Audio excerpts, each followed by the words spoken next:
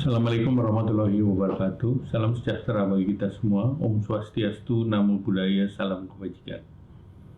Para hadirin yang berbahagia, alhamdulillahirabbil alamin. Puji syukur kita panjatkan kehadirat Allah Subhanahu wa taala di mana kita telah mengikuti rangkaian acara webinar CNBC Indonesia Ekonomi Outlook 2021 pada hari ini. Banyak hal yang didapat dari para pembicara yang luar biasa, baik dari unsur pemerintah, lembaga negara maupun korporasi swasta. Satu benang merah yang dapat saya sarikan dan perlu ditekankan kembali adalah pentingnya menjaga rasa optimisme. Rasa optimisme itu perlu agar proses pemulihan bangsa bisa berjalan secara cepat, baik dari sisi kesehatan maupun sisi ekonomi.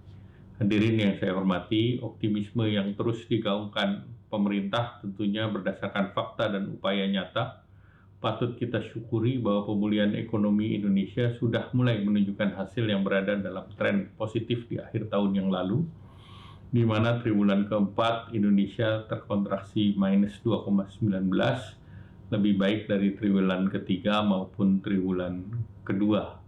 Pencapaian ini membawa ekonomi Indonesia year on year terkontraksi sebesar minus 2,07 dan ini lebih baik dibandingkan dengan negara-negara lain termasuk di kelompok G20 dan kita hanya lebih rendah dari 3 negara lain yaitu China, Korea Selatan, dan Vietnam.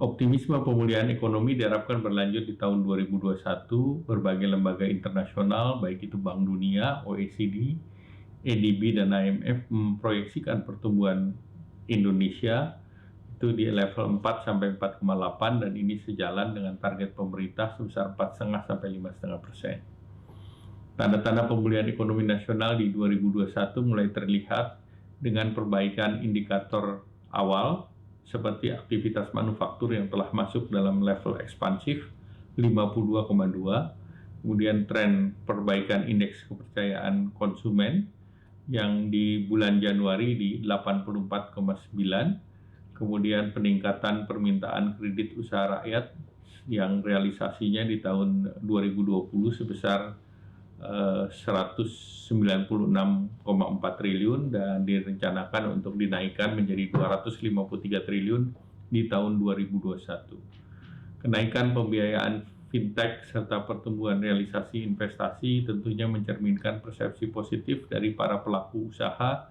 dan investor termasuk konsumen. Indikator ekonomi lainnya juga menunjukkan tren pemulihan di mana IHSG dan nilai tukar rupiah terus mengalami perbaikan dan sudah kembali di level pre-COVID di bulan Januari tahun 2020 yang sejalan dengan bulan Januari di tahun ini. Harga-harga komoditas juga membaik dan ini juga mencerminkan peningkatan pada waktunya adalah penerimaan negara.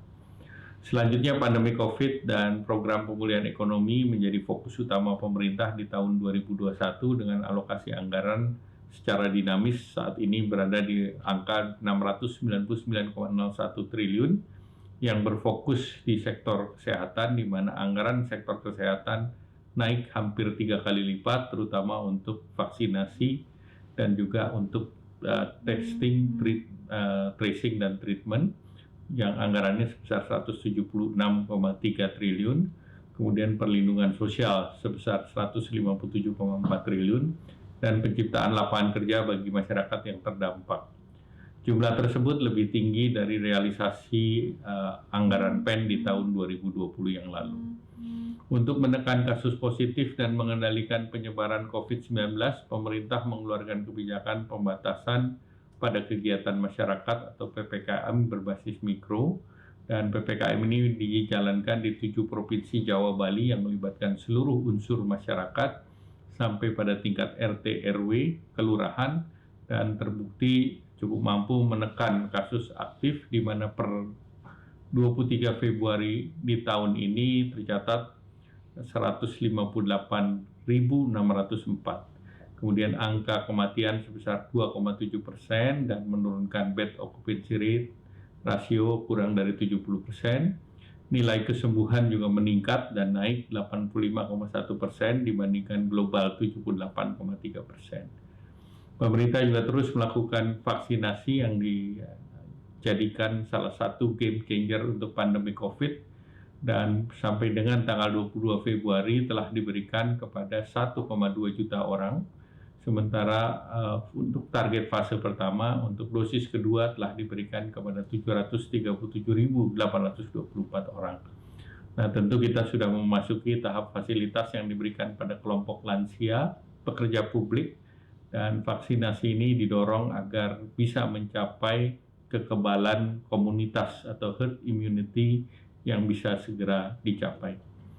Para hadirin yang saya banggakan, untuk mendorong peningkatan konsumsi dan industri manufaktur memiliki share yang besar di PDB nasional, pemerintah memberikan relaksasi PPNBM untuk mendorong daya beli masyarakat, khusus untuk kendaraan yang tipenya 4x2 dan cc-nya di bawah 1.500 cc.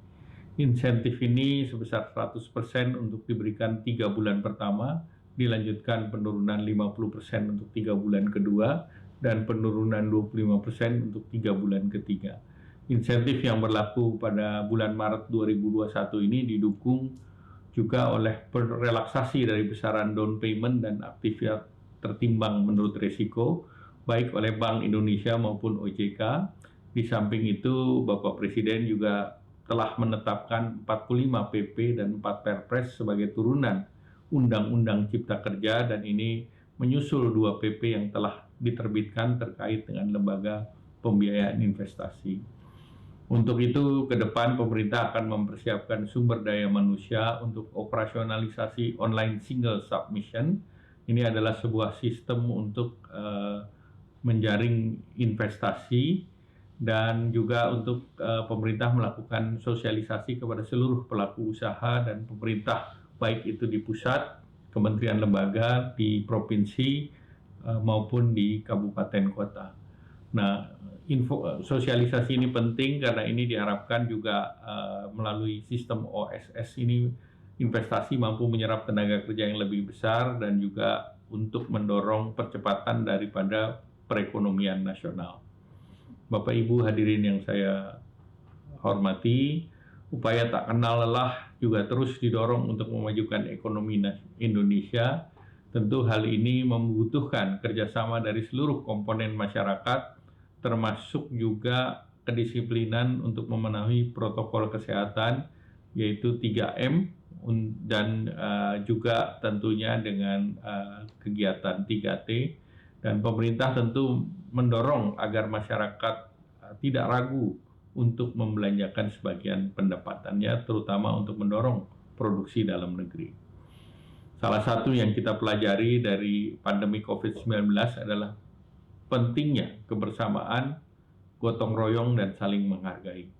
Virus COVID tidak mengenal jabatan, pangkat, status, sehingga bisa terkena siapa saja.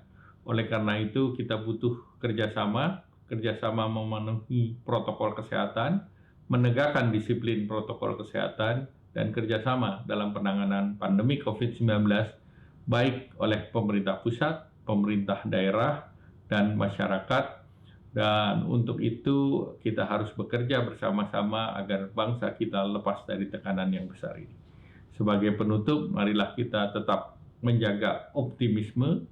Saya percaya kita tidak hanya mampu keluar dari pandemi COVID, namun juga bisa keluar sebagai bangsa pemenang yang memberikan kesejahteraan bagi seluruh masyarakatnya. Terima kasih. Wassalamualaikum warahmatullahi wabarakatuh.